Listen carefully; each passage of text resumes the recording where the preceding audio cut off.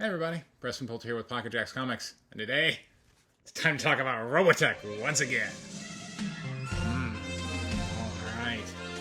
So, in the free comic book day Robotech Event Horizon, which I discussed in a prior video, you're welcome to go back and watch, but we kind of sweep away all vestiges of essentially the Macross storyline.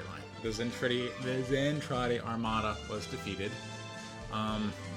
We find Dana Sterling, who's going to kind of introduce us, presumably kind of going into Southern Cross Season 2 direction, and then the Regis of the Invid, it seems like, is now kind of aware of the humans and is kind of seeking them out.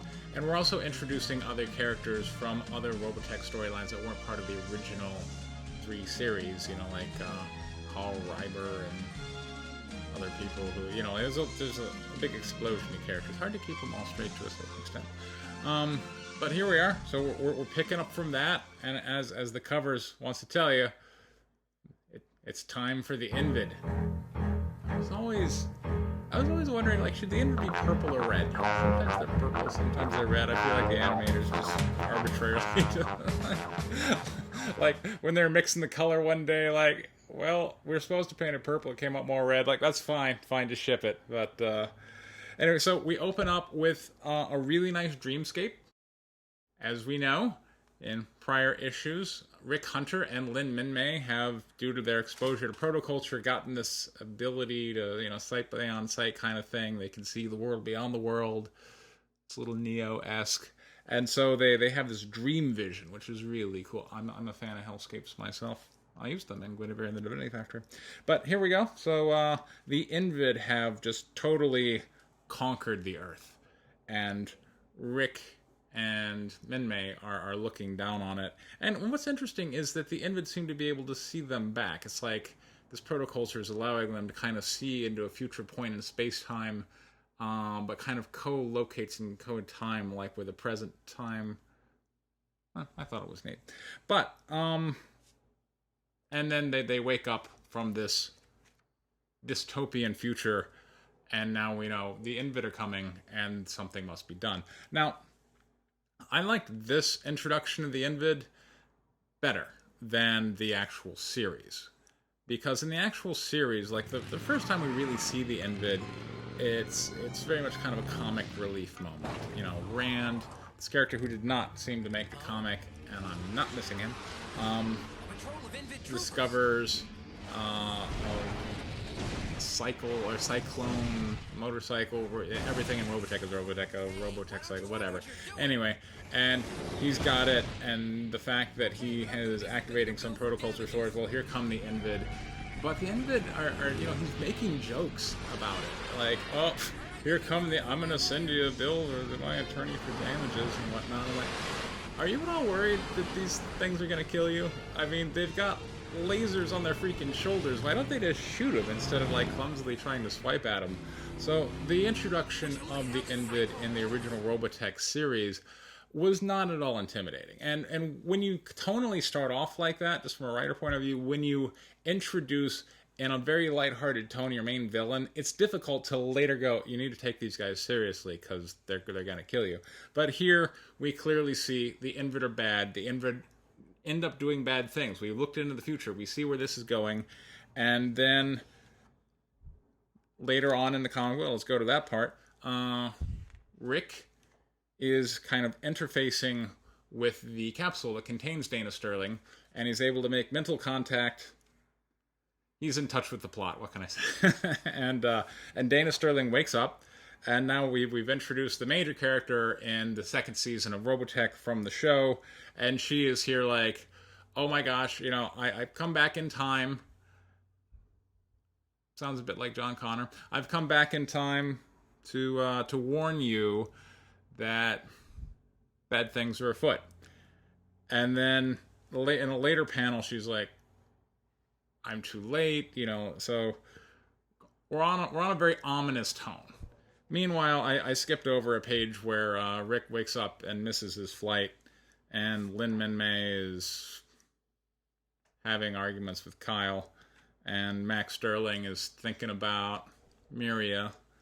Okay, some setup. We know where that's going. Now we got Carl Reber, who's working out, and we've established he's just a bad dude because he takes a wooden bow staff and smashes through a supporting pillar on the SDF-1. And you can tell it's a supporting pillar. It's complete with instrumentation. Presumably those handles actuate something. I'm guessing that pillar might be important. I'm not sure why he just smashed it in two. And I'm wondering, is he going to fix that? But, hey, it looked cool, so it's in the comic book. Why not? And then he starts talking about Mars Base and his time on Mars Base, and that they started experimenting around with some bad technology that they should not have been messing with, and that because he was going to blow the whistle on the whole thing, right? And then a death squad gets sent to kill him. And he's dodging bullets, but meanwhile, one kind of ricochets, flies off, and then it triggers something real bad. So something really bad happened on Mars Base, which doesn't seem in touch with the Invid. Maybe there was some other thing, some other bad event that happened on Mars Base. Who knows? At some point, I'm wondering, how many sci-fi tropes are we working into one issue of Robotech? All right, so we've got Dana Sterling from the future here to warn us about bad things. We've got bad things that are afoot on Mars because we were messing with technology that man was not meant to know.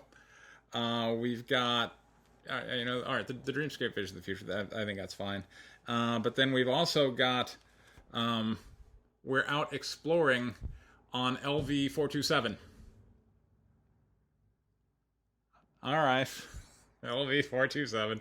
Why not? So we're out exploring on LV-427. Meanwhile, the Regis, who leads the Invid, and I don't know why, and I wish they'd give me a little more backstory on her, but I did come into these kind of late, and I have missed all the extended universe stuff in Robotech, and I'm probably too busy to really educate myself at this point. I'm a judge in a film festival coming up now. I gotta watch a lot of movies and give notes and scores, and I'm just too busy. So I'm just, for whatever reason, the Invid have this humanoid called the Regis, and she is just angry with Earth. She's like, screw those peeps.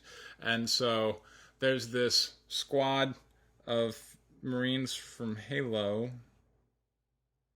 All right, another sci-fi trope. So there's a squad of Marines from Space Marines from Halo, and they're there on LV-427, and then here come the Invid. Yep, so nice splash page. Look, all things considered, I like the issue. I like where this is going. I know a lot of people are upset, but again, going back to the original source material, the Invid, I think, were always kind of mishandled as a villain. And the third series of Robotech was really my least favorite. The Invid are just kind of this backdrop under which all this personal drama is unfolding. We've got Yellow Dancer, and whether he is a she or she is a he, and I don't know, just a bunch of other things. And honestly, when I was watching the third series, I remember it would just make me so nostalgic for the first show, because the third season would keep referencing the first season, like, oh, the Flower of Life, which bloomed in the SDF-1. I'm like, oh, the SDF-1. It would make me think about all those exciting things that happened in the first season, and all those great love stories between Rick and Lisa and Minmay and Max and Miria. And, that was really where the meat of the story was. So, Season 2 is also a little I mean, it kind of had this Romeo-Juliet thing between Dana Sterling and the Robotech Master, Zor, the Robotech Master, whom we haven't seen here. We have not seen Zor. That's interesting. I wonder if he's going to make an appearance. So. And then in the latter half, we've got this short story here, Curtain Call, which is in the back of both Event Horizon. I mean, it's this unfolding short story. And in the short story, Max and Miri are already dating, and Lin Minmay is dead, so it's in some kind of alternate timeline or future or something.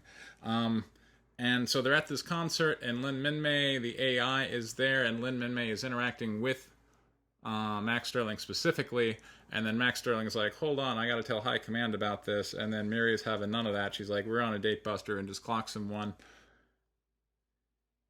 even when they're the Zentradi, women can be a little unstable. Is the message here. I would think that, hey, that AI interacting as Lin Minmay is heralding bad things. I gotta tell High Command would be enough of a reason to pause the date. But Miria's having none of it, so that's curtain call. All in all, I like it. I'm a fan. I'm gonna keep talking about it. I'm gonna keep reading this. I recommend you do the same. In other news, by the way, Harmony Gold recently announced that they got an extension on their right to distribute, Macross, Southern Cross, and Mosquito. So there was much wailing and gnashing of teeth amongst all the haters. Meanwhile, if anyone is interested in my story, White Lily, about the deadliest female fighter pilots who ever lived, there's a chance to pre-order a copy. We had a successful Kickstarter, and there will be a link for that down in the description. Thank you very much for your time. Take care.